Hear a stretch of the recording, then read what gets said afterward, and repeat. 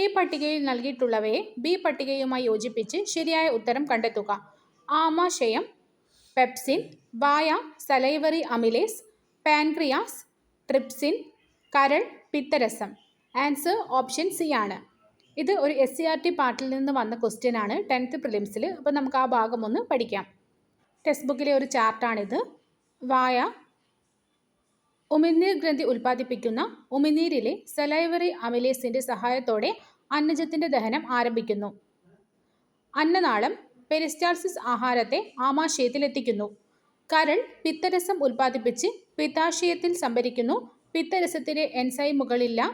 ഇത് പക്വാശയത്തിലെത്തി കൊഴുപ്പിനെ ചെറുകണികകളാക്കുകയും pH ക്രമീകരിക്കുകയും ചെയ്യുന്നു. ആമാശയം ആമാശയ ഗ്രന്ഥികൾ ഉൽപ്പാദിപ്പിക്കുന്ന ആമാശയ രസത്തിലെ ഹൈഡ്രോക്ലോറിക് ആസിഡ് ആഹാരത്തിലെ രോഗാണുക്കളെ നശിപ്പിക്കുന്നു. pH ക്രമീകരിക്കുന്നു. ഇതിലെ എൻസൈമുകളായ പെപ്സിൻ പ്രോട്ടീനുകളെ ഭാഗികമായി ദഹിപ്പിക്കുന്നു. ലിപേസുകൾ കൊഴുപ്പിന്റെ ദഹനത്തെ സഹായിക്കുന്നു. ശ്ലേഷ്മം ദഹനരസങ്ങളുടെ പ്രവർത്തനങ്ങളിൽ നിന്ന് ആമാശയഭിത്തിയെ സംരക്ഷിക്കുന്നു. പാൻക്രിയാസ് പാൻക്രിയാറ്റിക് ജ്യൂസ് ഉൽപ്പാദിപ്പിക്കുന്നു. ഇത് പക്വാശയത്തിലെത്തി ദഹനത്തെ സഹായിക്കുന്നു. ഇതിലെ പാൻക്രിയാറ്റിക് അമിലേസ് അന്നജത്തെ ഭാഗികമായി ദഹിപ്പിക്കുന്നു. ട്രിപ്സിൻ പ്രോട്ടീനുകളെ ഭാഗികമായി ദഹിപ്പിക്കുന്നു. ലിപേസുകൾ കൊഴുപ്പിനെ പൂർണ്ണമായും ദഹിപ്പിച്ച് ഫാറ്റി ആസിഡും ഗ്ലിസറോളുമാക്കുന്നു. വൻകുടൽ ദഹനവിധേയമാക്കാത്ത ആഹാരപദാർത്ഥങ്ങൾ ഇവിടെ എത്തുന്നു. അവശേഷിക്കുന്ന ജലവും ലവണങ്ങളും ആഗിരണം ചെയ്ത് വൻകുടലിൽ വെച്ചാണ് ഇവിടെയുള്ള ചില ബാക്ടീരിയകൾ വിറ്റമിൻ കെ, ബി കോംപ്ലക്സ് എന്നിവ ഉൽപ്പാദിപ്പിക്കുന്നു. ദഹനാവശിഷ്ടത്തെ മലാശയത്തിലേക്ക് എത്തിച്ച് മലദ്വാരത്തിലൂടെ പുറന്തള്ളുന്നു. മനുഷ്യരിലെ രക്തപര്യനത്തെ സംബന്ധിക്കുന്ന താഴെ നൽകിയിട്ടുള്ള പ്രസ്താവനകളിൽ ശരിയായവ തിരഞ്ഞെടുക്കുക. വലത്തെ വെൻട്രിക്കിളിൽ ആരംഭിച്ച് ഇടത്തെ ഏട്രിയത്തിൽ അവസാനിക്കുന്നതാണ് പൾമണറി പര്യനം. ഊർധ്വമഹാസിര സിസ്റ്റമിക് പര്യനത്തിന്റെ ഭാഗമാണ്. ഓപ്ഷൻ ബി ആണ് ആൻസർ. 1, 3 എന്നിവ ശരിയാണ്.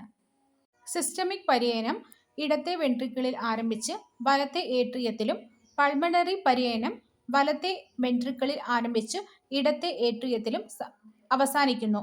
രക്തപര്യനത്തിൽ ഒരേ രക്തം 2 പ്രാവശ്യം ഹൃദയത്തിലൂടെ കടന്നു പോകുന്നതിനാൽ മനുഷ്യനിലെ രക്തപര്യനം ദ്വിപര്യനം എന്ന് അറിയപ്പെടുന്നു. ജീവകങ്ങളുടെ അഭാവത്തിൽ മനുഷ്യരിൽ ഉണ്ടാകുന്ന അപര്യാപ്തത രോഗങ്ങളുടെ ലക്ഷണങ്ങളിൽ ചിലതാണ് താഴെ നൽകിയിട്ടുള്ളത്. ഈ ലക്ഷണങ്ങൾ ഏത് പോഷകങ്ങളുടെ കുറവിനെയാണ് ബന്ധപ്പെട്ടിരിക്കുന്നത്? കുട്ടികളിലെ എല്ലുകൾ വളയുക, മൃദുവാകുക, എളുപ്പത്തിൽ പൊട്ടുക, പകൽ വെളിച്ചത്തിൽ സാധാരണ കാഴ്ച, മങ്ങിയ വെളിച്ചത്തിൽ അന്ധത. ആദ്യം പറഞ്ഞത് വിറ്റമിൻ ഡിയുടെ കുറവ് മൂലവും രണ്ടാമത് വിറ്റമിൻ എയുടെ കുറവ് മൂലവുമാണ്. താഴെ പറയുന്നവയിൽ ഏത് കൂട്ടത്തിലാണ് വെള്ളത്തിൽ ലയിക്കുന്ന വിറ്റമിനുകൾ ജീവകങ്ങൾ ഉൾപ്പെട്ടിരിക്കുന്നത്? ജീവകം ബിയും സിയുമാണ് വെള്ളത്തിൽ ലയിക്കുന്നത്. വിറ്റമിൻ എ കണ്ണ്, ത്വക്ക്, തലമുടി എന്നിവയുടെ ആരോഗ്യം. വിറ്റമിൻ ബി തലച്ചോറ്, നാഡികൾ, ഹൃദയം, ത്വക്ക് എന്നിവയുടെ ആരോഗ്യം. വിറ്റമിൻ സി പല്ല്, മോണ, രക്തക്കുഴലുകൾ എന്നിവയുടെ ആരോഗ്യത്തിനും രോഗപ്രതിരോധ ശേഷിക്കും. വിറ്റമിൻ ഡി എല്ലുകളുടെയും പല്ലുകളുടെയും ആരോഗ്യത്തിനും രോഗപ്രതിരോധ ശേഷിക്കും. വിറ്റമിൻ ഇ നാഡികളുടെ ശരിയായ പ്രവർത്തനത്തിന്. വിറ്റമിൻ കെ മുറിവുണ്ടാകുമ്പോൾ രക്തം കട്ടപിടിക്കുന്നതിന്. വിറ്റമിൻ ബി, സി എന്നിവ വെള്ളത്തിൽ ലയിക്കുന്ന വിറ്റമിനുകളും എ, ഡി, ഇ, കെ എന്നിവ കൊഴുപ്പിൽ ലയിക്കുന്ന വിറ്റമിനുകളുമാണ്. സൂര്യപ്രകാശത്തിൽ നിന്ന് ലഭിക്കുന്ന വിറ്റമിനാണ് വിറ്റമിൻ ഡി. ചെറിയ അളവിൽ ഭക്ഷണത്തിൽ നിന്നും ഇത് ലഭിക്കുന്നുണ്ട്. എല്ലുകളുടെയും പല്ലുകളുടെയും ആരോഗ്യത്തിനും രോഗപ്രതിരോധ ശേഷിക്കും ഏറ്റവും ആവശ്യമായ ഒരു വിറ്റമിനാണിത്. വിറ്റമിൻ ഡിയുടെ കുറവ് മൂലം കുട്ടികളിൽ എല്ലുകൾ ദുർബലമായോ മൃദുവായോ മാറുന്ന അവസ്ഥയെ കണ എന്നും. വിറ്റമിൻ ഡി ലഭിക്കുന്നതിനായി സൂര്യപ്രകാശം ഏൽക്കുന്നത് നല്ലതാണ്. നമ്മുടെ ശരീരത്തിലെ പ്രവർത്തനങ്ങൾക്ക് വളരെ അത്യാവശ്യം വേണ്ട ഒരു കൂട്ടം വിറ്റമിനുകളാണ് ബി കോംപ്ലക്സ്. 8 തരം ബി വിറ്റമിനുകളുടെ കൂട്ടമാണിത്. ആരോഗ്യം നിലനിർത്തുന്നതിൽ വിറ്റമിൻ ബി കോംപ്ലക്സ് നിർണായക പങ്കുവഹിക്കുന്നു. മാരകമായ അമീബിക് മസ്തിഷ്ക ജ്വരം മലിനജലത്തിലൂടെ പകരുന്ന ഒരു രോഗമാണ്. ഈ രോഗമുണ്ടാക്കുന്ന സൂക്ഷ്മജീവി ഏതാണ്? Naegleria fowleri. അത്യപൂർവമായ അമീബിക് മസ്തിഷ്ക ജ്വരം ബാധിച്ച 7 വയസ്സുകാരൻ പൂർണ്ണ ആരോഗ്യത്തോടെ ജീവിതത്തിൽ തിരിച്ചെത്തിയത് കേരളത്തിന്റെ ആരോഗ്യ മേഖലയ്ക്ക് അഭിമാനമായി. നെഗ്ലേറിയ ഫൈലേറി എന്ന അമീബയാണ് ഈ മാരകമായ രോഗത്തിന് കാരണം. കെട്ടിക്കിടക്കുന്നതും ചൂടുള്ളതുമായ ശുദ്ധജലത്തിലാണ് ഇവ പ്രധാനമായും കാണപ്പെടുന്നത്. മലിനമായ വെള്ളം മൂക്കിലെത്തുമ്പോൾ അവിടെ നിന്ന് രോഗാണുക്കൾ തലച്ചോറിലേക്ക് കടക്കുകയും അണുബാധയുണ്ടാക്കുകയും ചെയ്യുന്നു. അതിനാൽ കെട്ടിക്കിടക്കുന്നതും ശുദ്ധമല്ലാത്തതുമായ ജലാശയങ്ങളിൽ കുടിക്കുന്നതും മുഖം കഴുകുന്നതും ഒഴിവാക്കി ഈ രോഗം വരുന്നത് തടയാമെന്ന് ആരോഗ്യവകുപ്പ് അറിയിച്ചു. താഴെ കൊടുത്തിട്ടുള്ളവയിൽ റിംഗ് വേമിനും കാൻഡിഡിയാസിസിനും പൊതുവായുള്ള സവിശേഷത ഏതാണ്? രണ്ടും ഫംഗസ് മൂലമുണ്ടാകുന്നു. ഫംഗസുകളും മനുഷ്യരിൽ പലതരം രോഗങ്ങൾക്ക് കാരണമാകാറുണ്ട്. ഇവ ചർമ്മത്തിലും നഖങ്ങളിലും നേരിട്ട് അണുബാധയുണ്ടാക്കുകയോ വിഷവസ്തുക്കൾ ഉൽപ്പാദിപ്പിക്കുകയോ ചെയ്താണ് രോഗങ്ങൾ സൃഷ്ടിക്കുന്നത്.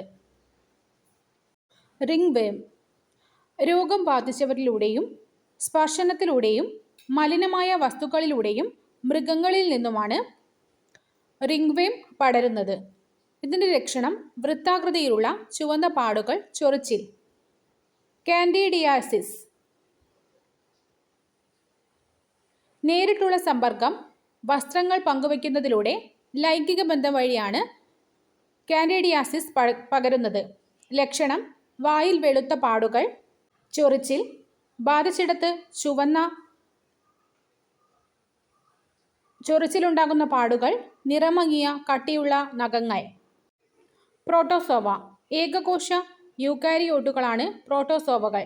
ചില പ്രോട്ടോസോവുകൾ ചുവന്ന രക്തകോശങ്ങളെ ആക്രമിക്കുകയും അവയ്ക്കുള്ളിൽ പെരുകുകയും അവയെ നശിപ്പിക്കുകയും ചെയ്യുന്നു. ചിലത് ശരീരപ്രവർത്തനങ്ങളെ ബാധിക്കുന്ന ദോഷകരമായ വസ്തുക്കളും പുറത്തുവിടുന്നു. മിനറൽ വാട്ടർ ബോട്ടിലുകളിലും ചിലതരം സോഫ്റ്റ് ഡ്രിങ്ക് ബോട്ടിലുകളിലും സാധാരണയായി ഉപയോഗിക്കുന്ന പ്ലാസ്റ്റിക് ആണ് PET അഥവാ പോളിഎഥിലീൻ ടെറിത്താലേറ്റ്. താഴെ കൊടുത്തിരിക്കുന്നവയിൽ ഇത്തരം പ്ലാസ്റ്റിക്കുകളെ തിരിച്ചറിയാൻ സഹായിക്കുന്ന പുനഃചംക്രമണ ചിഹ്നം ഏതാണ്? ഓപ്ഷൻ എ ആണ് P1. പുനഃചംക്രമണ ചിഹ്നങ്ങൾ. പ്ലാസ്റ്റിക് ഉൽപ്പന്നങ്ങളുടെ പുനഃചംക്രമണം മെച്ചപ്പെട്ട രീതിയിൽ നടത്തുന്നതിന് അവ ഏതുതരം പ്ലാസ്റ്റിക് ആണെന്ന് തിരിച്ചറിയേണ്ടതുണ്ട്. ഇതിലേക്കായി വിവിധ പ്ലാസ്റ്റിക്കുകൾക്ക് പുനഃചംക്രമണ ചിഹ്നങ്ങൾ നൽകിയിട്ടുണ്ട്.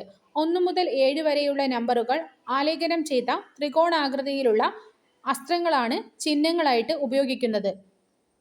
PET1 പോളിഎഥിലീൻ ടെറിത്താലേറ്റ്.